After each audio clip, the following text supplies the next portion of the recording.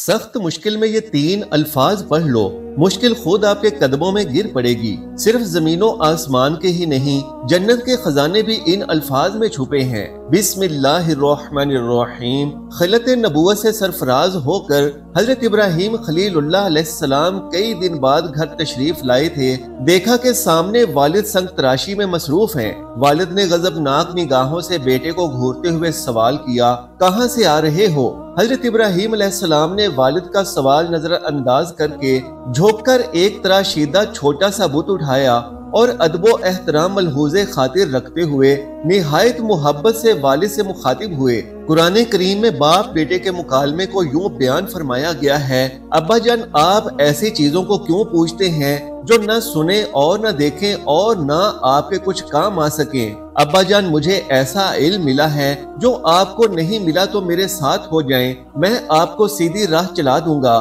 اب شیطان کی پوجا نہ کیجیے، بے شک شیطان اللہ کا نافرمان ہے۔ ابا جان مجھے ڈر لگتا ہے کہ آپ کو اللہ کا عذاب نہ پکڑ لے اور آپ شیطان کے ساتھی ہو جائیں۔ اس نے یعنی باپ نے کہا کہ اے ابراہیم کیا تو میرے معبودوں سے برگشتہ ہے؟ اگر تو باز نہ آئے گا تو میں تجھے سنسار کر دوں گا، جا ہمیشہ کے لیے میری نظروں سے دور ہو جا۔ ابراہیم علیہ السلام نے سلام کیا اور کہا، میں آپ کے لیے اپنے پروردگار سے بخشش مانگوں گا، بے شک وہ مجھ پر بڑا مہربان ہے۔ سورہ ابراہیم۔ ابھی کچھ ہی دن گزرے تھے کہ عید کا تہوار آ گیا۔ قوم کے لوگوں نے حضرت ابراہیم علیہ السلام کو بھی شہر سے باہر میلے میں چلنے کی دعوت دی، لیکن انہوں نے طبیعت کی خرابی کا کہہ کر جانے سے معذرت کر لی۔ در حقیقت وہ ایسے ہی کسی موقع کی تلاش میں تھے۔ چنانچہ جب پوری قوم میلے میں شرکت کے لیے چلی گئی تو حضرت ابراہیم علیہ السلام ایک کلہاڑا لے کر بت خانے میں داخل ہو گئے۔ ان میں سے اکثر ان کے باپ آزر کے ہاتھوں سے تراشے ہوئے تھے۔ حضرت ابراہیم علیہ السلام نے تمام بتوں کو توڑ ڈالا اور آخر میں کلہاڑے کو بڑے بت کے کاندھے پر لٹکا کر اپنے گھر آ گئے۔ شام کو جب قوم میلے سے واپس آئی تو بت خانے میں تباہی کا منظر ان کا منتظر تھا۔ قرآن کریم میں اس حوالے سے فرمایا گیا، کہنے لگے ہمارے معبودوں کے ساتھ یہ سلوک کس نے کیا؟ بے شک وہ تو ظالموں میں سے ہے۔ لوگوں نے کہا کہ ہم نے ایک نوجوان کو ان کا ذکر کرتے ہوئے سنا ہے، اس کا نام ابراہیم ہے۔ وہ بولے کہ اسے لوگوں کے سامنے لاؤ تاکہ وہ گواہ رہیں۔ جب ابراہیم علیہ السلام آئے تو انہوں نے کہا کہ کیا ہمارے معبودوں کے ساتھ یہ کام تم نے کیا ہے؟ ابراہیم علیہ السلام نے کہا کہ یہ کام اس بڑے بت نے کیا ہوگا، اگر یہ بولتے ہیں تو ان سے پوچھ لو۔ وہ سر نیچا کر کے بولے کہ تم جانتے ہو کہ یہ بول نہیں سکتے۔ سورہ انبیاء۔ بتوں کو توڑنے کا عمل نمرود سمیت پوری قوم کے لیے ناقابل معافی جرم تھا، لہذا فیصلہ کیا گیا کہ حضرت ابراہیم علیہ السلام کو آگ میں ڈال دیا جائے تاکہ آئندہ کسی کو بتوں کی بے حرمتی کی ہمت نہ ہو۔ چنانچہ پوری قوم لکڑیاں جمع کرنے کے عمل میں مصروف ہو گئی، یہاں تک کہ اگر کوئی بیمار پڑ جاتا یا کسی کا کوئی کام نہ ہوتا تو وہ منت مانتا کہ اگر مجھے شفا ہو گئی یا میرا کام مکمل ہو گیا تو میں ابراہیم علیہ السلام کو جلانے کے لیے لکڑیوں کا گٹھا دوں گا۔ ایک مدت تک قوم لکڑیاں جمع کرتی رہی۔ جب لکڑیوں کا پہاڑ کھڑا ہو گیا تو ایک بہت گہری خندق کھودی گئی، لکڑیوں کے اس ڈھیر کو اس میں ڈالا گیا۔ کہتے ہیں کہ بہت گہرائی میں ہونے کے باوجود بھی لکڑیوں کا ڈھیر آسمان سے باتیں کر رہا تھا۔ جس دن لکڑیوں کے ڈھیر میں آگ لگائی جانی تھی اس سے پہلے شیطان نمرود کے دربار میں پہنچا اور بولا، بادشاہ سلامت جب لکڑیوں کے اس پہاڑ میں آگ لگے گی تو اس کی تپش کی وجہ سے کوئی بھی اس کے قریب نہ جا سکے گا، لہٰذا آپ ابراہیم علیہ السلام کو آگ میں کیسے ڈالیں گے؟ یہ وہ سوال تھا کہ جو نہ نمرود کے کند ذہن میں آیا تھا اور نہ ہی اس کے مشیروں اور مصاحبوں کے۔ شیطان نے جب نمرود کو پریشان دیکھا تو فوراً بولا، تم پریشان کیوں ہوتے ہو؟ میں ہوں نا، تم بس ایسا کرو اپنا ایک بہترین شخص میرے حوالے کر دو، میں اسے ایک ایسی مشین بنانا سکھا دوں گا جس سے کسی بھی چیز کو کافی دور تک پھینکا جا سکتا ہے۔ چنانچہ قوم میں سے ایک بہترین کاریگر کو تلاش کر کے شیطان کے حوالے کر دیا گیا۔ علامہ عماد الدین ابن کثیر رحمت اللہ تحریر فرماتے ہیں کہ جو مشین بنائی گئی اسے منجنیق کا نام دیا گیا۔ سنگ باری کی یہ دستی مشین ایک مقام پر کھڑی کر دی گئی۔ منجنیق بنانے والے شخص کا نام ہیزن تھا۔ وہ دنیا کا پہلا انسان تھا جس نے منجنیق بنائی، جس کی پاداش میں اللہ تعالیٰ نے اسے زمین میں دھنسا دیا اور وہ قیامت تک زمین میں ہی دھنسا ہی رہے گا۔ بحوالہ قصص ابن کثیر۔ تاریخی روایات میں ہے کہ شہر کے لوگ کئی ماہ تک میدان میں لکڑیاں جمع کرتے رہے۔ دراصل قوم نمرود لکڑیاں جمع کرنے کا کام اپنے باطل معبودوں کی خوشنودی کے لیے کر رہی تھی تاکہ پتھر کے وہ سب معبود ناراضی ختم کر دے اور حضرت ابراہیم علیہ السلام کے ہاتھوں ہونے والے نقصان کی تلافی ہو سکے۔ لکڑیاں جمع کرنے کے بعد 7 دن رات پوری قوم اس میں آگ لگا کر اسے بھڑکاتی رہی، یہاں تک کہ اس کے شعلے فضا میں آسمان تک اس قدر بلند ہو گئے کہ اگر کوئی پرندہ اس پر سے گزرے تو جل جائے۔ آگ اپنے غیظ و غضب کے ساتھ بھڑک رہی تھی۔ اللہ کے خلیل کو موٹی رسیوں میں جکڑ کر منجنیق کے پلڑے میں بٹھا دیا گیا۔ ابلیس کے مکروہ چہرے پر شیطانی مسکراہٹ تھی۔ وہ بھیس بدل کر اس پورے عمل کی نگرانی کر رہا تھا۔ جس وقت پیغمبر خدا منجنیق کے ذریعے آگ کے اس خوفناک سمندر میں ڈالے جانے والے تھے، اس وقت ملائکہ سمیت زمین و آسمان کی سب مخلوقات چیخ اٹھیں کہ یا رب تیرے خلیل پر کیا قیامت گزر رہی ہے۔ رب تعالیٰ نے فرمایا جاؤ اگر مدد کر سکتے ہو تو کرو۔ فرشتوں نے مدد کرنے کے لیے حضرت ابراہیم علیہ السلام سے اجازت چاہی تو آپ نے فرمایا میرے لیے اللہ کافی ہے، وہ میرا حال دیکھ رہا ہے۔ جبرائیل امین نے عرض کیا آپ کو مجھ سے کسی قسم کی مدد کی حاجت ہے تو حکم کریں، میں حاضر ہوں۔ فرمایا حاجت تو ہے مگر آپ کی طرف سے نہیں بلکہ اپنے رب کی طرف سے۔ بحوالہ قصص الانبیاء۔ حسبنا اللہ و نعم الوکیل۔ علامہ ابن کثیر تحریر فرماتے ہیں کہ جب مشرکین حضرت ابراہیم علیہ السلام کو منجنیق میں بٹھانے لگے تو اس وقت حضرت ابراہیم علیہ السلام اس دعا کو ورد زبان بنائے ہوئے تھے، لا الہ الا انت سبحانک رب العالمین لک الحمد و لک الملک لا شریک لک۔ حضرت امام بخاری نے حضرت ابن عباس سے روایت کی ہے کہ جب حضرت ابراہیم علیہ السلام کو آگ میں پھینکا گیا تو انہوں نے کہا حسبنا اللہ و نعم الوکیل، ہمیں اللہ ہی کافی ہے اور وہ بہترین کارساز ہے۔ حضرت ابو ہریرہ سے مروی ہے کہ رسول اکرم صلی اللہ علیہ وآلہ وسلم نے فرمایا جب حضرت ابراہیم علیہ السلام کو آگ میں ڈالا گیا تو انہوں نے کہا اے میرے اللہ تو آسمان میں تنہا ہے اور زمین میں تیری عبادت کرنے والا تنہا ہے۔ ارشاد باری تعالیٰ ہے کہ اور ہم نے حکم دیا اے آگ ٹھنڈی پڑ جا اور ابراہیم کے لیے سلامتی والی بن جا۔ سورہ انبیاء۔ علماء فرماتے ہیں کہ اگر اللہ تعالیٰ ٹھنڈی کے ساتھ سلامتی والی نہ کہتا تو اس آگ کی ٹھنڈک حضرت ابراہیم علیہ السلام کے لیے ناقابل برداشت ہوتی۔ بہرحال یہ ایک بڑا معجزہ ہے جو آسمان سے باتیں کرتی ہوئی دہکتی بھڑکتی آگ کے گل و گلزار بن جانے کی صورت میں حضرت ابراہیم علیہ السلام کے لیے اللہ کی مشیت سے ظاہر ہوا، اور اس طرح اللہ نے اپنے نبی کو مشرکین کی شیطانی سازشوں سے محفوظ فرمایا۔ علامہ ابن کثیر قصص الانبیاء میں تحریر فرماتے ہیں کہ ابن عباس اور سعید بن مسیب سے مروی ہے کہ جس وقت حضرت ابراہیم علیہ السلام کو آگ کے سپرد کیا جا رہا تھا اس وقت بارش برسانے والا فرشتہ سخت اضطراب اور پریشانی کے عالم میں کہہ رہا تھا کہ مجھے کب حکم ملے گا کہ میں موسلا دھار بارش برساؤں، لیکن اللہ کا حکم اس کی سوچ سے بھی زیادہ برق رفتار تھا اور اللہ نے خود ہی آپ کو حکم فرما دیا تھا۔ ان نازک لمحات میں حضرت جبرائیل علیہ السلام ان کے ساتھ تھے اور آپ کے جبین اطہر یعنی پیشانی سے پسینہ پونچھ رہے تھے۔ اس پسینے کے علاوہ کوئی اور تکلیف آپ کو نہیں پہنچی۔ حضرت کعب بن احبار بیان فرماتے ہیں کہ جس روز حضرت ابراہیم علیہ السلام کو آتش نمرود کے سپرد کیا گیا اس روز آگ سے تپش و گرمائش ختم کر دی گئی تھی، جس کی بنا پر نہ لوگوں کے چولہے گرم ہو سکے اور نہ ہی آگ سے کوئی کام لیا جا سکا۔ حضرت کعب نے مزید فرمایا کہ اس روز آگ نے حضرت ابراہیم علیہ السلام سے بندھی ہوئی رسی کے علاوہ کچھ اور نہ جلایا۔ حضرت صدی فرماتے ہیں کہ حضرت ابراہیم علیہ السلام کے ساتھ سایہ کرنے والا فرشتہ بھی تھا اور 1 میل تک سایہ ٹھنڈک اور سلامتی تھی اور سرسبز باغ گل و گلزار بن گیا تھا۔ جبکہ آس پاس آگ اپنے شعلوں اور شراروں کے ساتھ بھڑک رہی تھی اور لوگ حضرت ابراہیم علیہ السلام کی طرف دیکھ رہے تھے۔ سبحان اللہ۔ حضرت ابو ہریرہ سے مروی ہے کہ حضرت ابراہیم علیہ السلام کے والد کے کہے ہوئے کلمات میں سے سب سے اچھے کلمات وہ ہیں جو آزر نے اپنے بیٹے کو آگ کے اندر اس حالت میں دیکھتے وقت کہے، اے ابراہیم تیرا پروردگار بہترین پروردگار ہے۔ ابن اساکر حضرت اکرمہ سے روایت کرتے ہیں کہ حضرت ابراہیم علیہ السلام کی والدہ نے جب اپنے لختے جگر کو گلو گلزار میں یوں مطمئن دیکھا تو پکارا، اے میرے بیٹے میں بھی تیرے پاس آنا چاہتی ہوں، اللہ سے دعا کر کے تیرے ارد گرد کی آگ کی حرارت سے مجھے نجات دے۔ تو حضرت ابراہیم علیہ السلام نے عرض کیا، جی اماں۔ پھر آپ کی والدہ حضرت ابراہیم علیہ السلام کی جانب چلیں اور آگ نے انہیں کچھ نہ کہا۔ پھر بیٹے کے پاس پہنچ کر بیٹے کو گلے سے لگایا اور بوسہ دے کر واپس لوٹ آئیں۔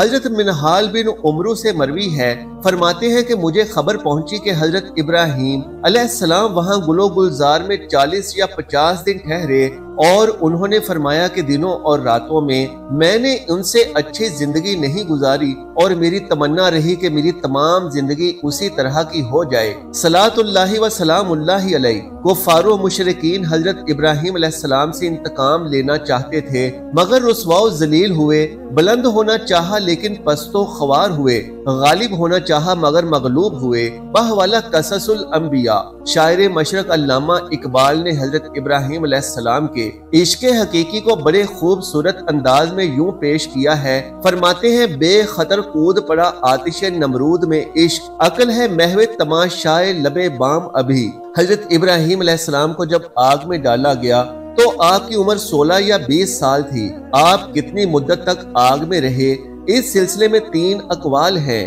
بعض مفسرین کہتے ہیں کہ آپ 7 دن تک آگ میں رہے، بعض نے تحریر کیا ہے کہ 40 دن رہے اور بعض کے مطابق 50 دن تک آگ میں رہے، واللہ عالم۔ قرآن کریم میں آتش نمرود کہ جس میں اللہ کے نبی حضرت ابراہیم علیہ السلام کو ڈالا گیا تھا، اس کا 4 مقامات پر ذکر آیا ہے۔ حضرت فاقیہ بن مغیرہ کی آزاد کردہ لونڈی صاحبہ سے روایت ہے کہ سیدہ عائشہ صدیقہ کے پاس ایک نیزہ ہوا کرتا تھا۔ میں نے ان سے پوچھا کہ آپ اس سے کیا کام لیتی ہیں؟ فرمایا کہ ہم اس سے چھپکلیاں مارتے ہیں، کیونکہ ہمیں اللہ کے نبی صلی اللہ علیہ وآلہ وسلم نے بتایا ہے کہ جب حضرت ابراہیم علیہ السلام کو آگ میں ڈالا گیا تو زمین کے سب جانور آگ بجھانے میں مصروف تھے سوائے چھپکلی کے، وہ آگ تیز کرنے کے لیے پھونکے مارتی تھی۔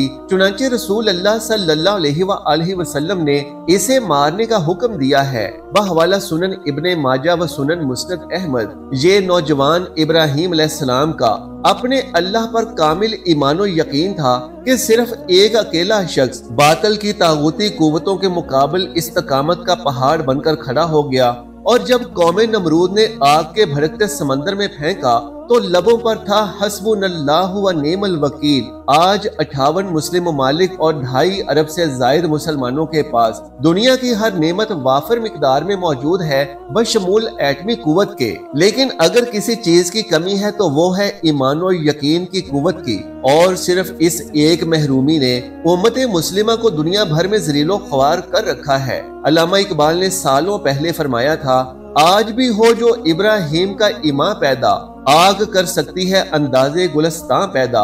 اللہ پاک سے دعا ہے کہ ہمیں بھی ایمان ابراہیمی کی حلاوت نصیب فرمائے۔ محترم ناظرین، اللہ کے پیارے اور برگزیدہ نبی حضرت ابراہیم علیہ السلام کو جب آگ میں ڈالا جا رہا تھا تو اس سے مشکل وقت اور کیا ہو سکتا تھا؟ تو اس مشکل وقت میں جو کلمہ حضرت ابراہیم علیہ السلام نے پڑھا وہ کلمہ رہتی دنیا تک کے لیے وظیفہ بن گیا۔ لہٰذا جب بھی مشکل وقت درپیش آ جائے تو حضرت ابراہیم علیہ السلام کی یہ دعا بار بار پڑھیں اور تب تک اس کو ورد زبان رکھیں جب تک مشکل خود آپ کے قدموں میں نہ گر پڑے۔ لہٰذا مشکل وقت میں حسبنا اللہ و نعم الوکیل پڑھنا پیارے نبی آخر الزمان حضرت محمد مصطفیٰ صلی اللہ علیہ وآلہ وسلم کی تعلیمات سے ثابت ہے اور احادیث میں موجود ہے۔ حضرت ابو موسیٰ اشعری کہتے ہیں کہ ایک مرتبہ ہم لوگ رسول اللہ صلی اللہ علیہ وآلہ وسلم کے ہمراہ ایک سفر میں تھے کہ لوگوں نے ایک موقع پر پکار کر تکبیر کہنی شروع کی۔ آپ صلی اللہ علیہ وآلہ وسلم نے یہ سن کر فرمایا، لوگو اپنی جانوں کے ساتھ نرمی اختیار کرو، یعنی اتنی بلند آواز سے تکبیر نہ کہو، کیونکہ تم تکبیر کے ذریعے کسی بہرے یا غیر موجود کو نہیں پکارتے یا نہیں یاد کرتے، بلکہ اس کو پکارتے ہو جو سننے والا اور دیکھنے والا ہے، اور وہ تمہارے ساتھ ہے، یعنی وہ تمہارے حال پر مطلع ہے۔ تم جہاں کہیں بھی ہو، چاہے تم اسے با آواز بلند یاد کرو، چاہے آہستہ آواز سے، اس کے لیے دونوں برابر ہیں۔ جس کو کہ تم پکارتے ہو وہ تم میں سے ہر شخص کے اس کی سواری کی گردن سے بھی زیادہ قریب ہے۔ حضرت ابو موسیٰ کہتے ہیں کہ اس وقت آپ صلی اللہ علیہ وآلہ وسلم کے پیچھے اونٹ پر پاپ پیادہ تھا کہ اپنے دل میں یہ پڑھ رہا تھا، لا حول ولا قوت الا باللہ، کہ آپ صلی اللہ علیہ وآلہ وسلم نے فرمایا، عبداللہ ابن قیس یہ حضرت ابو موسیٰ کا نام ہے، کیا میں تمہیں جنت کے خزانوں میں سے ایک خزانہ نہ بتلا دوں؟ میں نے عرض کیا، ہاں یا رسول اللہ ضرور بتائیے۔ آپ صلی اللہ علیہ وآلہ وسلم نے فرمایا، وہ خزانہ لا حول ولا قوت الا باللہ ہے، بحوالہ بخاری و مسلم۔ ناظرین محترم، نبی کریم صلی اللہ علیہ وآلہ وسلم کا عطا فرمایا ہوا جو کسی بھی مشکل سے مشکل ترین حالات سے نکلنے کے لیے تیرے با ہدف ثابت ہوتا ہے۔ جب بھی کسی تگڑی مشکل میں پھنس جائیں تو فوراً جنت کے خزانے کے ذریعے سے اللہ سے مدد حاصل کریں، یعنی لا حول ولا قوت الا باللہ کا ورد اس وقت تک کرتے رہیں جب تک آپ کی مشکل آسان نہ ہو جائے۔ بزرگان دین فرماتے ہیں کہ جو شخص اپنی روزمرہ کی زندگی میں اس کلمہ کو شامل کر لے تو اس پر کبھی کوئی مشکل نازل ہی نہیں ہوتی۔ اس کا طریقہ یہ ہے کہ ہر روز 500 مرتبہ اس کلمے کا ورد کیا جائے اور اس سے پہلے اور بعد میں 100 مرتبہ درود پاک پڑھا جائے۔ اس عمل کے لیے درود پاک کوئی سا بھی مختصر ترین پڑھ سکتے ہیں، مثال کے طور پر صلی اللہ علی محمد بھی پڑھ سکتے ہیں۔ ناظرین کرام، مشکل وقت سے نکلنے کے لیے جو تیسرا کلمہ ہے وہ انتہائی بابرکت اور فضیلتوں سے بھرپور کلمہ ہے۔ حضرت عبد الرحمن بن عوف سے روایت ہے کہ نبی کریم صلی اللہ علیہ وآلہ وسلم باہر تشریف لائے اور میں آپ صلی اللہ علیہ وآلہ وسلم کے پیچھے چلا، یہاں تک کہ آپ صلی اللہ علیہ وآلہ وسلم کھجور کے باغ میں داخل ہو گئے۔ پھر آپ صلی اللہ علیہ وآلہ وسلم نے سجدہ فرمایا اور بہت طویل سجدہ فرمایا، یہاں تک کہ مجھے خوف ہوا کہ اللہ تعالیٰ نے آپ صلی اللہ علیہ وآلہ وسلم کو وفات دے دی یا آپ صلی اللہ علیہ وآلہ وسلم کی روح قبض فرما لی۔ پھر میں نبی کریم صلی اللہ علیہ وآلہ وسلم کے قریب آیا تاکہ قریب سے دیکھوں۔ پھر رسول اللہ صلی اللہ علیہ وآلہ وسلم نے اپنا سر مبارک اٹھایا اور فرمایا کہ بے شک جبرائیل نے مجھے بتایا کہ کیا میں آپ صلی اللہ علیہ وآلہ وسلم کو یہ خوشخبری نہ سنا دوں کہ بے شک اللہ تعالیٰ یہ فرماتا ہے کہ جو آپ صلی اللہ علیہ وآلہ وسلم پر درود بھیجے گا میں اس پر رحمت نازل کروں گا، جو آپ صلی اللہ علیہ وآلہ وسلم پر سلام بھیجے گا میں اس پر سلامتی نازل کروں گا، بحوالہ مسند احمد۔ ناظرین، نبی کریم صلی اللہ علیہ وآلہ وسلم پر ایک مرتبہ درود بھیجنا انسان کے لیے بیش بہار رحمتوں، فضیلتوں، برکتوں، عافیتوں، گناہوں سے معافی اور آخرت کی بخشش و مغفرت کا سامان بن جاتا ہے۔ درود پاک وہ کلمہ ہے کہ اس کلمے کو جس بھی حاجت کے لیے پڑھا جاتا ہے وہ فوراً قبول ہو جاتی ہے۔ مشکلات کے حل کے لیے پڑھیں تو مشکلات دور ہوتی ہیں، مال و دولت اور رزق کے حصول اور برکت کے لیے پڑھو تو ملے گی، اولاد کی سلامتی کے لیے پڑھو تو ملے گی، دنیا کی یا آخرت کی حاجات کے لیے پڑھا جائے تو اللہ کریم ان حاجات کو پورا فرماتا ہے۔ حضرت ابو سعید خدری سے روایت ہے کہ نبی کریم صلی اللہ علیہ وآلہ وسلم نے فرمایا کہ جو لوگ کسی ایسی مجلس میں بیٹھتے ہیں جس میں وہ اللہ تعالیٰ کا ذکر نہیں کرتے اور نبی کریم صلی اللہ علیہ وآلہ وسلم پر درود نہیں پڑھتے تو قیامت کے دن یہ مجلس اجر عظیم سے محرومی کی وجہ سے ان کے لیے حسرت کا باعث ہوگی،